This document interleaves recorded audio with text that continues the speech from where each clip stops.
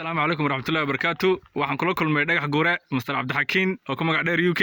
Abaan balwaran maanta maxaad noo waxaan la wadaagsaa. Waxaan oo wanaagsan Axmed Bahdi. Halka waxaan kula wadaagi doonaa wax filay bulshadu maxaan ku radaa xanuun boorta bulshada wada haya. Xanuunkaas oo aan dawo aan lahayn, tabiib aan lahayn, dulqaad aan lahayn, xaqna aan lahayn. wax kamadna aan la geyn karin. Waa sidii habboonida hore yiraahdeen.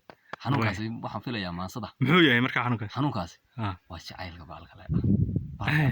والله أقول حلنتويا midba meelu ka maalaba waxa filayaa ninba meel buka asayba marka bulshada ayaana hadii la yiraahdo xabadan ku sabaalinayo nin kastaba jacaylkiisa waa hadba maxaan ku radaa uu dhinac ula baaxadigayo aynu ku maxaan ku radaa in ku soo riinayno maasad marka waxa ku bilaabmi doontaa qorax soo baxday libdha sii dhacday calanbaad sidaa sagal waa bariyo midabada sargo'an sidii dahab lamood sagal midabelay ninna way sigtaa way salaaxasaa sidii neef irmaan ama sidigta geel ayay gogol sugtaa oy suubisaa midna suulisaa iska socotira eridhaban sidii idhan saymayaal u sulaaqaya waxaan uga socdaa saaca maanta jira salfudeed ku yaan samirkaa kaxayn iska soco ku aran maasada waxaan filayaa intaas